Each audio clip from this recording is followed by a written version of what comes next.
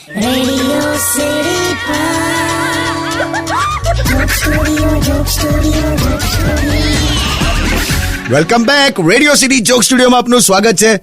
કિશોર કાકા, આપણે ફટાકડા વિશે વાત કરતા હતા અને મહેશભાઈ વિશે વાત કરતા હતા. હા, તે મહેશ કરો ને એમાં કેવું, એના બાપાએ એને નાનપણમાં ક્યારે ફટાકડા ફોડવા માટે આલ્યા જ નતા. તો એ કઈ રીતે મજા લે ખબર? રસ્તામાં ખાલી આમ કોક કાગળિયું હળગાઈ દે અને પછી આમ સાઈડ પર કાન બંધ કરીને ઉભો રહે. એટલે દૂર 4-5 સ્કૂટર વાળા આમ બ્રેક મારીને ઉભા રહે, આમ કે હમણાં ફૂટશે.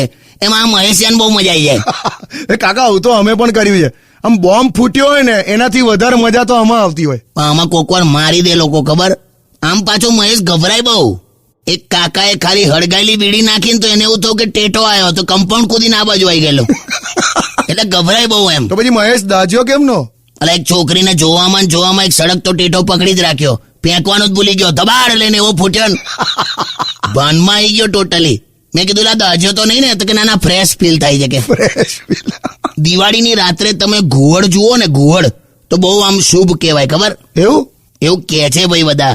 તો રાત્રે મહેશ મને કે હું ઘુવડ જોવા જાઉં છું. મેં કીધું લા ઘેર બેસ, રાત્રે તારી આંખો એવી જ ચમકે છે, લોકો તને પકડીને વિધિ કરી નાખશે. પછી કે વાંધો નહીં, મજાનો છોકરો છે, જવા દે આખી વાત, તું સોંગ વગાડ. Radio